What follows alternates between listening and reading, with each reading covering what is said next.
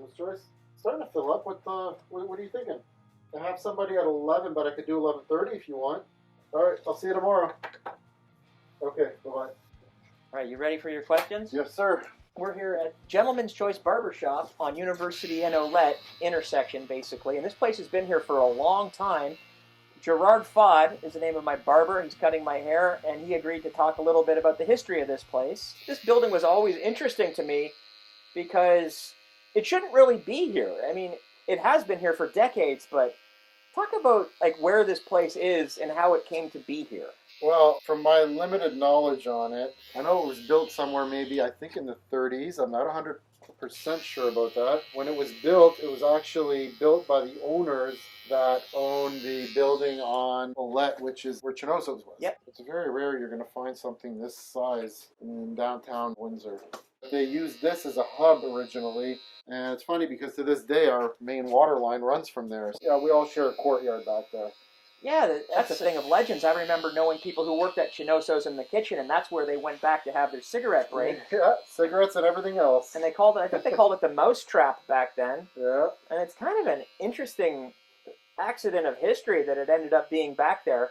And forgive the sound of the razor. I'm just getting a haircut right now. Gerard agreed to do this while I was getting my haircut. I've seen a whole bunch of historical photos of this space, and it seems like it has been here since the 30s, maybe the 40s, going back decades. It's just always been really interesting how they got the permission to do that in the first place. From what I understand, I don't think they had permission to put it up.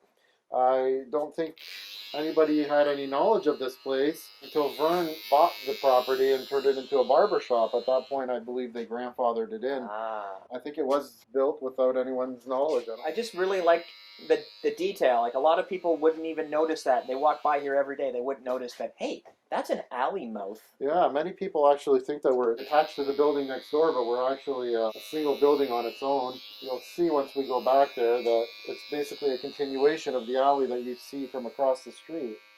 And which makes it all the more complicated for the business on Olette Avenue. You said Chinoso, so the building that's there is typically a restaurant. I don't think it's anything right now, but at some point there have been restaurants there, and it's challenging for them to bring out their garbage every week because there's no alley access for the garbage trucks. They have to cart it through their restaurant. Oh, is that right? I never knew that. They have to bring it right through their restaurant. Never actually paid attention to that. Leave it right on Olette for the garbage truck to pick up. It's been a long time since I've been back there, but this isn't the only thing that's blocking it. The other end is blocked as well, right? Absolutely. And there's all kinds of little details around downtown Windsor like that. You know, people talk about the underground washrooms that used to exist on Olette Avenue and the fact that they didn't just dismantle them and take them out. They just buried them. They just filled in that whole underground bathroom with dirt. So it's still there. I never knew that. It's just filled with dirt. And people have told me anecdotally about if you go down into the basement of Chinoso's, you can still see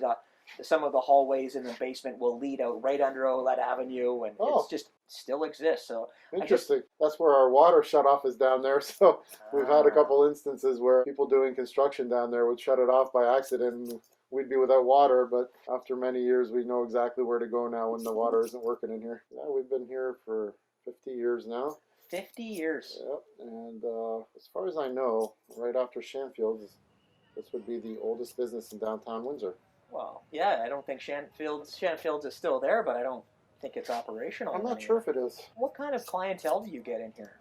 Oh, geez, we got everybody from locals that live in the condos in the surrounding area, from business offices, Chrysler Building, Revenue Canada workers, people from the law offices, lots of people from the law offices, from police officers to judges, and many students too from the University of Windsor, and now St. Clair being downtown here has also brought me more business. I just like coming here because it's nice to find a barber that you can have a good conversation with and get a good haircut. Absolutely. And you don't even have to tell what to do with your hair because you just know.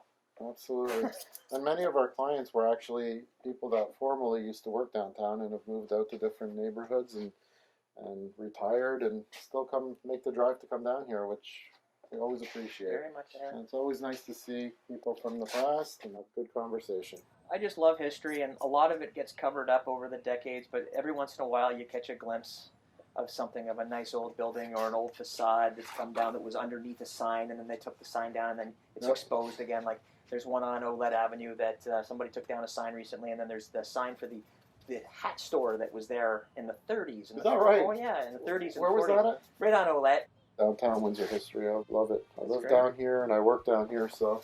Thank you, Gerard, so much for talking to me today. Absolutely, anytime, Mike.